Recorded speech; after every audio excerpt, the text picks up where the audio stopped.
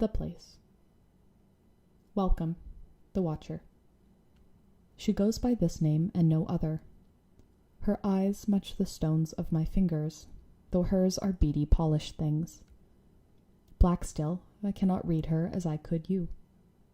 Instead, she looks inside. It is not right in the house of muses that there be lament. This would not become us. She knows why we have come. Sweat sticks to my woven shift, tears from the path, and I produce what I've been told. Magnolia is too strong here. I did not think it would be like this.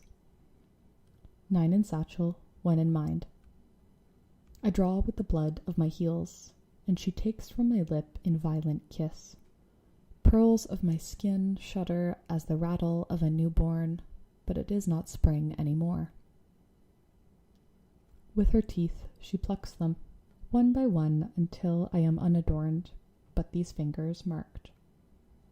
I would rather she wrap me in thread, put me in mind of the original transaction. There is a prayer I've been taught. I want. And as told, I run my fingers over these wounds, filling them with wet grasses, trying as the throat of Marquez. We come on the days we bleed, she says. I lay grasses in my skirt. The moon knows when we should be made anew. After. The wool shift scratches, damp with things promised. The sun has not yet risen, and I smear the blood grasses in silent intention. Perhaps I could hide, be made a garden. The Watcher would tend me then. Caress the seedlings of my arms and the flowers of my knees as if perennial. They say a child nearby sneezed wolf's teeth, fox bones in his stool. I think of Ursula Goods, with the horses. She cursed the neighbor, lingered too long. Even in the dark, I can feel eyes on me. Pebbles in careful assessment. In the silence, I begin to braid.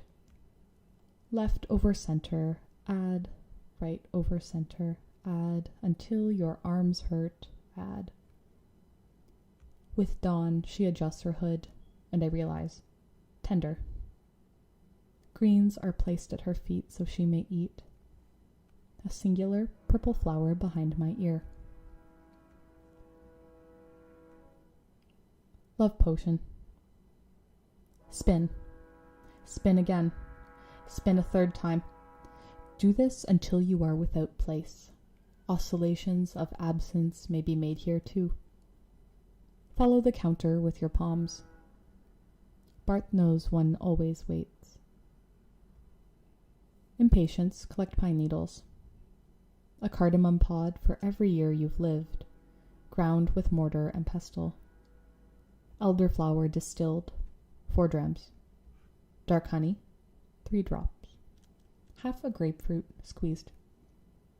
Remnants of cinnamon wiped from the skin. Black tea smoked over cedar, 1 palm cupped. Spit. Spit again. Spit a third time. Boil 10 minutes or until fragrant. Strain, fill tincture, place in cool cupboard, keep away from the sun. Do not look at it. Wait. Queer phenomenology. I read about a table once. It extended infinitely. I sat at the head, sightlines sewn into the skin of my face. It's a matter of perspective. I dreamt of cutting the strings, of weaving former orientations to make Peruvian quipus to wear around your neck, your fingertips reading transhistorically about things words never could. Where am I? Where was I before? For now I stay.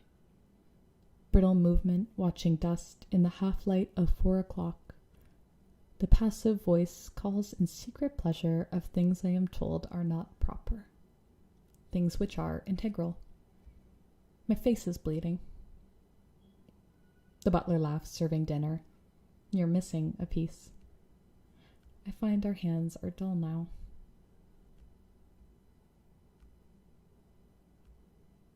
Sometimes when I wake, I find even my soul is wet. Mine is sweaty. Even it scoffs at the humidity of mid-July, cut by the breeze at the edges of the market. It cooks in this heat, with radishes, with snap peas, with the wrinkling sun golds.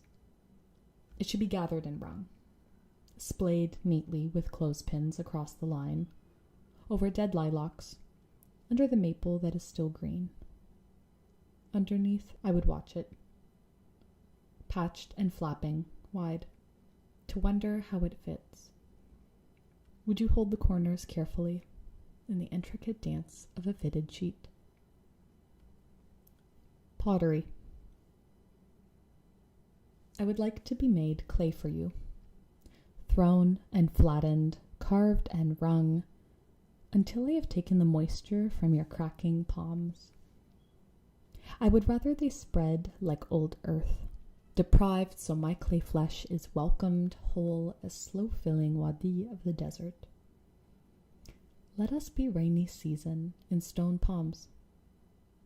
You would wash reluctantly then. Pygmalion envious, having laid flowers at the temple for anything but this. Wet metamorphosis gray in the streams to sink pipes, and your hands forgetting movement melting to the wrist. Do not wash of me.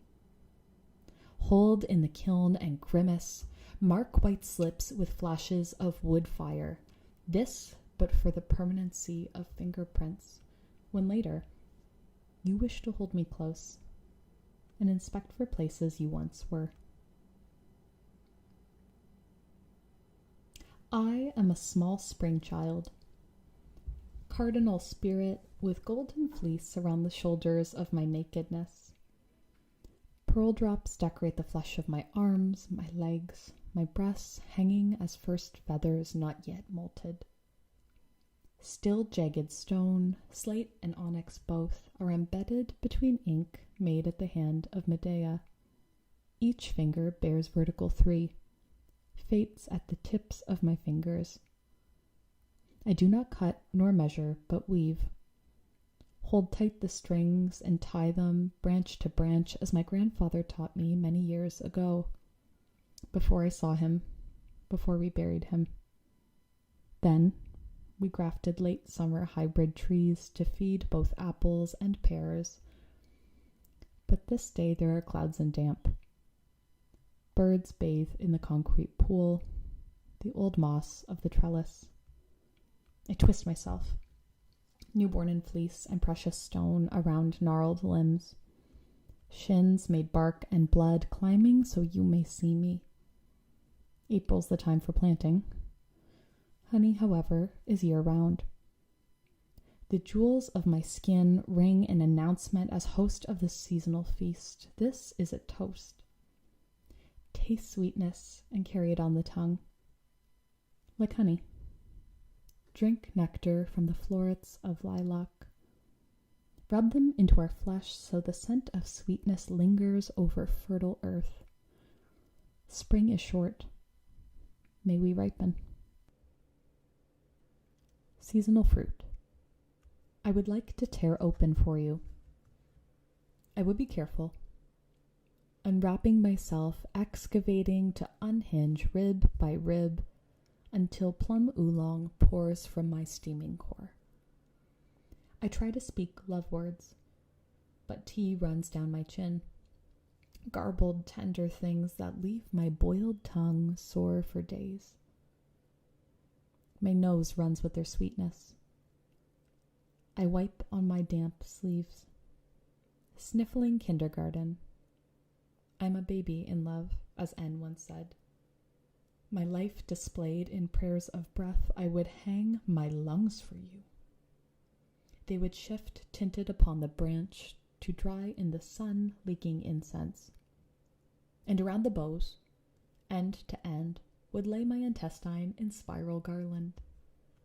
And as humors suggest, my liver, my spleen, my gallbladder become curious pair. A place.